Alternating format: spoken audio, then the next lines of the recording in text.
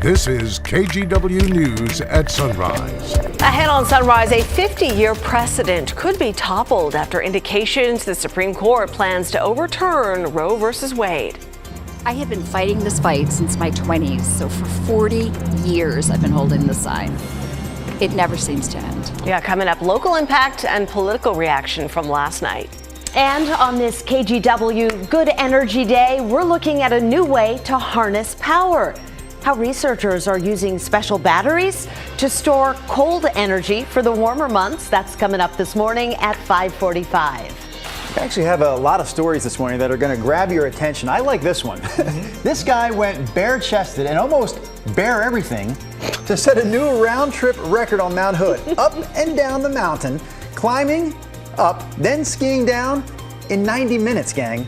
We're going to have more on his story coming up here in just a few minutes. And did it all in his skivvies. Good morning to you on this Wednesday morning. You never get to say skivvies, so we're going to do it today. Rod. She's right, by the way. We never say that on the news. No, Rod. With Yes. skivvies firmly in place, I imagine. Yes. Tell us about the weather today. I will. All right. Here's a look at our Rose City camera. We're partly cloudy up top. Not bad. We're at 47 degrees. This is our second of our back-to-back stretch of dry weather. And we'll bump the temps up about 10 degrees today over yesterday. So it's going to be a nice looking day. To the bus stop we go. 46 out the door, 61 at noon. Should be around 70 when the kids get out of school today wearing their Rain jackets. Thank you. Rod, thanks. We start this morning in downtown Portland, where last night police say a group damaged government buildings and coffee shops, spraying graffiti and breaking windows. Officers say this happened at the tail end of abortion demonstrations after leaked documents suggested the U.S. Supreme Court would overturn Roe v. Wade. Portland police say 31-year-old Luke Anderson threw a flaming object at the federal courthouse. They arrested him, and this morning he's charged with reckless burning and disorderly conduct. No one was hurt. The leaked Supreme Court documents that are at the center of this story are only a draft opinion, so the Supreme Court has not issued a final ruling on abortion.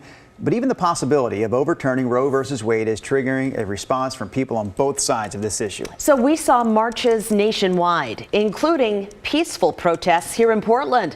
Devin Haskins joins us with more on that. Good morning, Devin. Yeah, good morning. Hundreds gathering in downtown Portland last night to protest that Supreme Court draft opinion that was leaked to Politico. There were two separate rallies, both with the same message.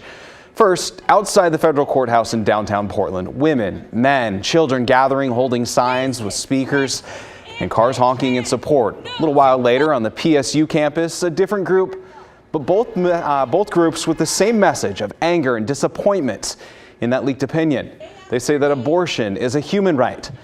Some attending said they saw this coming, especially with a conservative majority on the Supreme Court.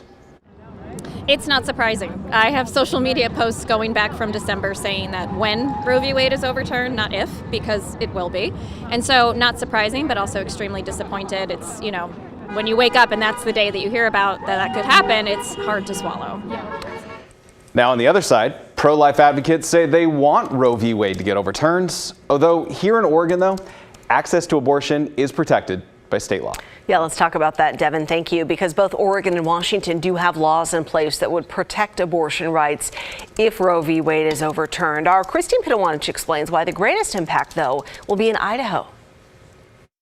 The Supreme Court's leaked opinion has a lot of people worried about abortion rights across the country. Kim Clark has been busy answering questions. She is a senior reproductive rights attorney at Legal Voice. It's a legal advocacy organization based out of Seattle that serves Washington, Oregon, Idaho, Alaska, and Montana.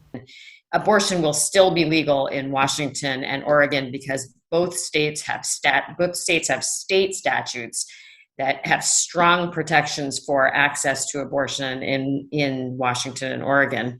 Both states have laws requiring insurance carriers cover abortion. Both states also have equal rights amendments, which should provide protection for the right to abortion. But for people in Idaho, things would be different. Idaho has both a trigger ban that will go into effect if Roe is overturned, which would ban abortion in Idaho.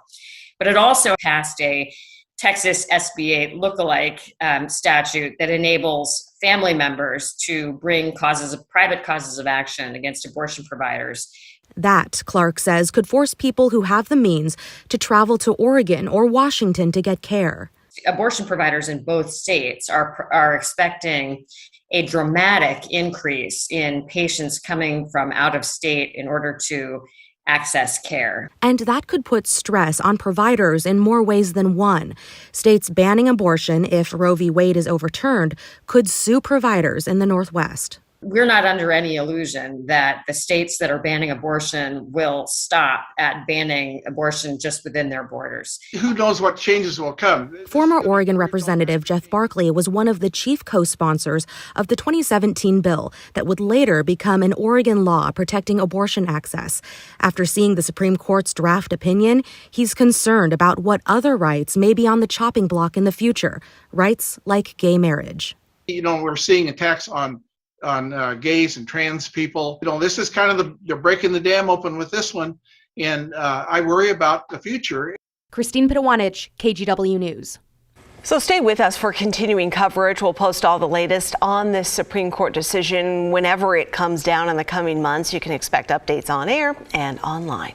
All right, we have a couple of other local stories we want to get to this morning. This first one is about Real IDs, an update to this, because you now have 1 year to update to a Real ID to avoid getting blocked from flying. Starting May 3rd of next year, TSA will require the upgraded ID or a passport to pass through security checkpoints. Oregon DMV says, take care of this now because it could take you weeks just to gather up the documents you need to secure a Real ID. And the second local headline here actually happens just south of the Oregon border, Redwood National Park, where 2 captive-bred condors were released this week. I'll get to the local tie here in just a moment, but for starters, condors are endangered. They were last spotted in the park there in California back in 1892. They say the decline of the condor was mostly due to poaching and lead poisoning from animals who were hunted down. But here's the local connection. They say they plan to release 2 more condors from the Oregon Zoo later this year. And that's a look at your morning headlines. A man from New Hampshire set a new record up on Mount Hood. Amazingly, he made it to the summit in just over an hour, and he skied down in about 15 minutes. However, his time is not exactly what grabbed our attention. His skivvies did. Here's Joe Ranieri. Climbing Mount Hood is no small feat. I did 1:16:40 on the uphill. For most people, it takes 4 to 6 hours to make it to the top at 11,250 feet. But most people aren't Jack Kenzel. There's a round trip record that was set by somebody on skis, and their time was 1:44 round trip, and I skied a 1:31 round trip. He started at the parking lot of Timberline Lodge, and with special mountaineering boots and gear, he set a record making it to the top, and then turned around and skied to the bottom in record time. The parking lot is about 6,000 feet. His total climb was about 5,200 feet, from his start at Timberline Lodge to the top. But Kenzel is no stranger to setting records in ski mountaineering. Earlier this year, he made it to the top of Mount Shasta in record time, but just missed getting the second record as he was coming down. I set the ascent record on skis.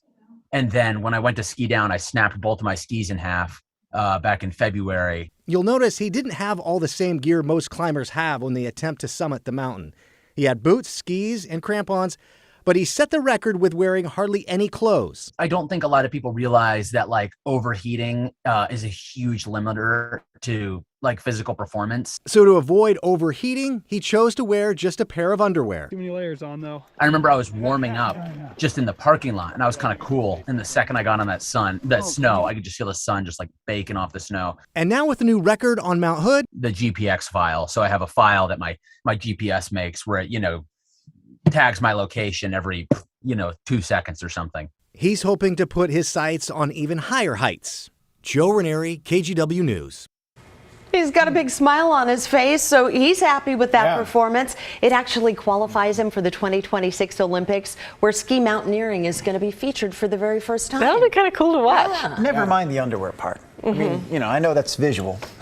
But just hustling up feat a mountain itself, in that amount of absolutely. time is nuts. I mean, people can picture that. You've been to Timberline Lodge, the parking lot to the top of the mountain. In like 60 minutes or an hour and 15, and then back down in 15 minutes. I mean, when I did it, for example, which is, you know, with the guided group, just so you know. Wait, I thought you meant in an hour, but you did climb Mount Hood at some point. Okay. Went up from Timberline, skied down, and it was about a 9-hour round trip. Yeah. Just to give you some perspective. Absolutely. And that's what the typical guided group up and down. What, he burned about 100,000 calories? Right. I can't even imagine. But how many minutes could you have shaved off that time if you went down to your underwear, I wonder? I don't know, 2.5 minutes maybe? Okay. Okay. Good morning. Go. Yes. Yeah. I've been Thank you doing very this a much. lot lately. Go. It's time. Oh boy. How long did it take me to walk over here, for crying out loud? All right. We have clouds streaming up. We're going to get some of this high stuff filtering in our sky today. Back here is the next rainmaker, and that will come in by the time by this time tomorrow morning, it's raining again. But for today, the rain's up to our north. We're going to see partly to mostly sunny skies statewide up into southwest Washington and be about 10 degrees warmer than yesterday. So really, really nice Wednesday coming. Let's focus on tomorrow's planning real quick. Here's 5:30 in the morning, widespread rain. Looks like tomorrow's just a good old-fashioned steady rain day with the rain breaking up late afternoon or toward the evening hours. Here we are at noon. Futurecast does show the heavier rain rates in the afternoon, which is when the front comes through, so that makes sense. And then we get into the evening. Here we are at 8:30 and the front's through and the rain is through. And then we'll get some breaks in the action tomorrow overnight. It's more of a showery pattern on Friday, but there's another front that comes in Saturday morning, another one that comes in Mother's Day morning, and the weather models seem to really be doubling down on getting back to very cool, very wet weather starting tomorrow, all the way through and including Mother's Day. So 1/2 inch to 3/4 tomorrow, showers Friday, could be about 4/10 on Saturday, another 4/10 of an inch on Mother's Day. That's a wet day. All total, we could be looking at 1 3/4 inches, and the average for the entire month of May is 2.5. So that would put us off and running with a very, very wet start to another month. Here we go. Temperatures out there this morning. We're in the 40s from Eugene up into Kelso and Seattle. 47 out in the Dalles. 47 in Astoria this morning. 7-day numbers. 73 today. It's going to be fantastic, right? And then we don't have dry weather again until Tuesday into Wednesday of next week. That's my forecast.